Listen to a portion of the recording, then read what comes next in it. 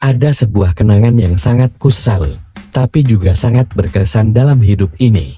Dan bila saja kenangan itu bisa kuulangi, mungkin aku akan dengan senang hati menjalaninya lagi. Kenangan pertama kalinya dari ibu mertuaku yang hingga kini masih membekas di hati. Kenangan apa itu? Sebelumnya, perkenalkan namaku Krisanto, biasa dipanggil Kris. Usiaku 29 tahun dan sudah beristrikan seorang wanita cantik berusia 24 tahun. Kami sudah 5 tahun menjalani rumah tangga, namun belum juga dikaruniai seorang momongan. Namanya Mira. Selain berwajah jelita, Mira juga dianugerahi dengan postur yang menarik. Sebenarnya aku terlahir dari keluarga kaya. Hanya saja semua kekayaan itu adalah milik ayahku yang merupakan pemilik mebel ternama di kota. Namun, meskipun aku tidak bisa mewarisi harta ayahku, aku cukup bersyukur bisa mewarisi ketampanan beliau. Selama ini, aku selalu dianggap menang soal tampang. Sebagai anak keturunan Arab dan Jawa, aku memiliki kulit putih alis kutebar dan hidung mancung. Jujur saja, hidupku sangat pas-pasan. Rumah kami memang di kota, tetapi tepatnya di komplek pinggiran yang agak padat penduduk. Rumah yang kudapat dari ibuku, yang dulunya merupakan pembantu di rumah ayahku. Ayah adalah seorang pria yang hobi berselingkuh, dan salah satunya adalah ibuku. Keakraban itu tanpa diketahui siapapun, hingga akhirnya hadirlah aku sebagai putra mereka. Namun, setelah semua itu terkuak, aku dan ibu diusir oleh istri sah ayahku dengan sertifikat sebuah rumah yang diwarisi dan uang puluhan juta pada masa itu. Sebagai gantinya, ibuku tidak diperbolehkan kembali ke rumah ayah. Sampai kepergian ibuku, aku tidak pernah tahu siapa ayahku. Saat ini, aku bekerja sebagai buruh di sebuah pabrik di dekat rumahku. Meski begitu, aku sangat bersyukur bisa mewarisi rumah peninggalan ibu yang letaknya strategis. Dan tentunya, aku tidak perlu memikirkan biaya pembuatan rumah yang begitu mahal. Istriku Mira berasal dari satu komplek tidak jauh dari rumahku. Dia juga dari keluarga yang sederhana. Ayah Mira meninggal sekitar 10 tahun lalu. Ibunya menjanda dengan 2 anak. Titin adalah kakak iparku. Kakak iparku itu sudah berkeluarga, tetapi sudah 12 tahun tak kunjung dikaruniai momongan. Mereka tinggal mengontrak bersama ibu mertuaku. Selama mengontrak, kehidupan keluarga mereka sepenuhnya aku dan istriku yang membiayainya. Kami membayar kontrakan rumah mereka, dan sebagai gantinya, untuk makan sehari-hari, ibu mertuakulah yang memasaknya. Mbak Titin yang notabene anak pertama, keluarga tak sanggup membayar uang kontrakan karena kehidupannya juga pas-pasan. Suaminya bekerja sebagai kuli bangunan. Dan terkadang, jika mendapat hasil agak banyak, dia membantu membeli beras untuk kami semua. Tapi, itu pun jarang sekali. Aku tidak pernah menyalahkan Mas Tejo, karena aku tahu tidak mudah mencari nafkah pada masa sekarang. Aku tidak keberatan menanggung kehidupan keluarga istriku, karena aku menyayangi mereka layaknya saudara dan orang tuaku sendiri. Apalagi, kenyataannya, aku dan istriku adalah satu-satunya yang sama-sama bekerja. Istriku juga bekerja di pabrik yang sama denganku. Itu pun karena aku mengusulkan pada kepala pabrik agar istriku bisa diterima di tempatku bekerja. Sementara dalam hal nafkah batin, jujur saja aku bukan pria yang dapat menguasai hal itu.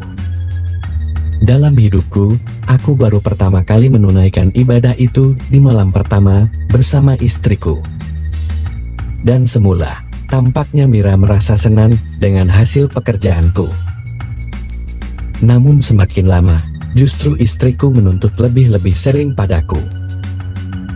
Hampir setiap ada waktu dia meminta, bahkan sampai aku tak bisa mewujudkannya dengan alasan lelah. Namun, Mira tak pernah putus asa. Dia berusaha menciptakan semangat kerja untukku, meskipun pada akhirnya hasilnya tetap sama. Sebenarnya, bukan masalah bagi istriku dengan kekurangan yang kumiliki itu. Namun sebagai suami, aku merasa tak sempurna jika belum bisa membuat istriku bahagia. Hingga suatu ketika, ia menyarankan sesuatu yang berbeda padaku. Dan mulai saat itulah, kehidupanku jauh lebih berubah dari biasanya. Semua bermula ketika aku tak bisa lagi membiayai ibu mertua untuk melanjutkan kontrakan rumahnya. Di samping harga sembako semakin meningkat dan kenaikan gaji tidak sepadan, kehidupan perekonomian kami semakin hari pun semakin berat. Ibu mertua serta semua keluarga istriku kemudian tinggal berkumpul di rumahku. Aku tak mempermasalahkannya, apalagi aku sangat menghargai mereka yang sangat baik padaku. Dan rupanya niat baik itu mendatangkan hoki bagiku. Setelah mereka tinggal bersama kami, aku dipercaya menjadi mandor pabrik, dan otomatis rezekiku pun semakin bertambah. Rezeki yang kudapat, kugunakan untuk merenovasi rumahku menjadi 2 lantai. Selama ini, rumahku yang hanya memiliki 2 kamar, akhirnya kujadikan rumah itu menjadi 4 kamar. Bahkan ada ruang sisa sedikit yang bisa kami gunakan menjadi ruang untuk bersantai. Ibu mertuaku, Mbak Titing, serta suaminya menempati kamar bawah. Sementara aku dan istriku di lantai atas. Dengan bergabungnya ibu, mertua, dan kakak iparku, rumahku pun menjadi semakin ramai. Meski begitu, Mira istriku masih tidak berubah. Dia tetap menuntutku menunaikan kewajiban sesering mungkin. Ibu mertuaku sendiri sudah 2 kali menikah, dan semua mantan suaminya meninggal dunia. Kedua putrinya berasal dari suami yang berbeda. Dan dari sanalah, aku menduga jika istriku mewarisi hobi itu dari ibunya. Aku pun juga menduga jika ibu mertuaku tak mungkin seperti itu jika tak hobi juga. Sampai suatu ketika, setelah sebulan ibu mertua tinggal di rumah, tiba-tiba beliau memberiku sebuah ramuan tradisional racikannya. Awalnya aku bingung, mengapa tiba-tiba beliau memberikan ramuan itu padaku. Padahal selama ini, aku tak pernah mengkonsumsi seperti itu. Dek, kenapa tiba-tiba ibu menyediakan jus itu padaku? Tanyaku saat kami sedang bersantai di kamar. Biar fit aja mungkin mas.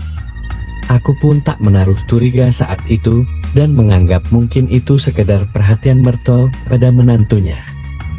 Namun rupanya selama seminggu, beberapa kali beliau kembali memberikan ramuan tersebut padaku. Jujur saja, ada perbedaan yang kualami setelah meminum ramuan tersebut. Semangatku yang semula biasa menjadi berbeda dari sebelumnya. Bahkan istriku juga mengakui jika ada bedanya. Hanya saja, istriku masih tetap saja tak mendapat hasil maksimal dari pekerjaanku itu. Hingga suatu malam, istriku tiba-tiba mengatakan hal yang membuatku kaget. Mas, ibu kasih saran sama aku.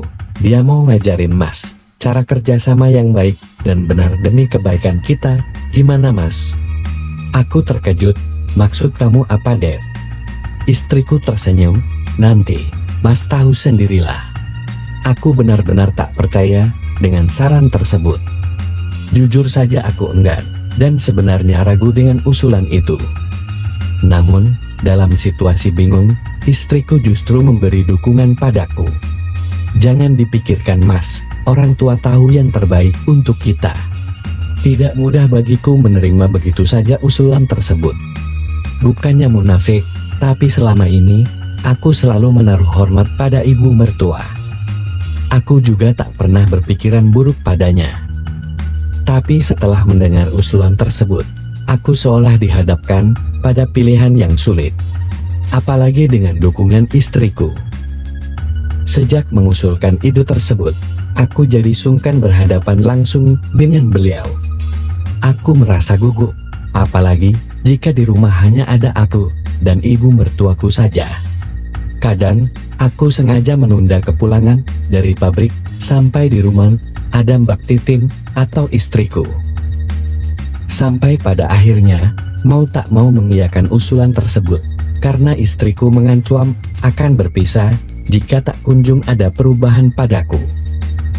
Malam itu, kebetulan Mbak Titin dan Mas Tejo sedang pulang kampung rumah Mas Tejo di Jawa Tengah. Istriku mengatakan akan istirahat di ruang tamu, sementara aku tetap berada di kamarku. Dalam keadaan tidak menentu, aku menunggu kunjungan ibu mertuaku. Aku benar-benar gugup. Tetapi anehnya, hikmah kehidupan bawah tanah juga membayangkan apa yang akan dilaluinya sesaat lagi. Sepertinya pikiran di benakku tak sinkron dengan kondisi batinku. Di tengah kebimbangan itu, ibu mertuaku tiba-tiba menemuiku. Aku diam dan menunduk. "Tenang saja nak Kris, jangan gugup gitu," ujarnya sambil duduk di sampingku. Aku diam tak menjawab, karena pikiranku sudah buntu. Jantungku semakin berdebar, tatkala tiba-tiba ada Jemarul yang piknik menuju hikmah dunia fana. Spontan mataku terpejam, bahkan tak sadar, aku bersuara di tengah keheningan malam. "Nanti Mira juga ibu ajarin metode seperti ini." Aku mengangguk, menanggapi ucapan itu. Jujur saja aku tak mengira, jika hal ini akan kualami juga. Namun ku akui teori yang diterapkan sangat berbeda dengan apa yang kulalui selama ini. Tanpa sadar aku mulai terbawa suasana, dan turut berpartisipasi juga. Bahkan entah bagaimana mulanya, kabinet negara yang ada sudah tak berada pada tempat semula. Begitu pula sebaliknya dengan ibu mertua. "Sekarang gantian ya Kris." Tanpa menjawab, aku pun mulai menerapkan potensi yang ku bisa. Ibu mertua tampak lebih senang dari biasanya. Bahkan ketika kulajukan motor lebih cepat dari sebelumnya, beliau malah bernyanyi lagu qosidah. Sungguh aku baru pertama demikian, tapi rupanya usahaku berhasil juga. Terbukti, aku sampai di parkiran yang dijaga oleh mertua. Dan mertuaku pun menerima motorku juga. "Sebenarnya kamu ini pandai, cuma perlu latihan saja," ujarnya membuatku tersipu saja. Jika ada yang pertama, pasti ada yang kedua, ketiga dan selanjutnya. Begitulah yang kualami setelah itu. Bahkan Mira istriku tak jarang memuji karena perubahan yang kualami. Dan sejak hari itu, kehidupanku berubah total. Meski begitu, Mira tetap menyarankan agar aku terus menimba ilmu demi kebaikan rumah tanggaku. Sejauh itu, baik istri dan mertuaku selalu merahasiakannya dari Mbak Titin dan suaminya. Beruntung pula, Mbak Titin bisa kubantu mendapatkan pekerjaan sebagai buruh juga di pabrikku. Sehingga tak sulit bagiku untuk menyempatkan waktu pulang bertemu dengan mertuaku. Kami hanya akan bekerja jika ada waktu yang memungkinkan saja. Misalnya saat semua ke pabrik, kusempatkan untuk pulang ke rumah untuk menimba pengetahuan pada mertua. Namun rupanya hal itu tak berlangsung lama, ketika tiba-tiba suami-suami Mbak Titin mengikuti program TKI bekerja di Korea. Mbak Titin memilih berhenti bekerja dan hanya membantu ibu mertua di rumah. Sejak itu, pekerjaan itu agak terganggu. Sulit sekali mencari waktu, padahal saat itu aku sudah mulai terbiasa. Begitu pula dengan ibu mertuaku. Namun sebagai orang yang sudah berkeluarga, tak dipungkiri Mbak Titin pun menangkap sikap berbeda antara aku dan ibu mertuaku. Perasaan wanita agaknya memang susah dikelabui. Meski tak pernah mengetahui secara pasti, tapi dia curiga dengan keakraban kami.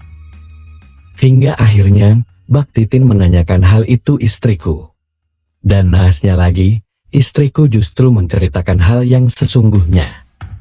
"Maafin, Mira mas, Mira terlanjur cerita sama Mbak Titin," ujar istriku saat kami menonton TV di ruang tamu.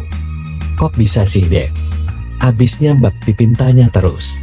Aku diam tak menjawab. Jujur aku malu, dan tak tahu harus menjelaskan apa pada kakak iparku. Sampai keesokan harinya, kebetulan saat itu hari Minggu.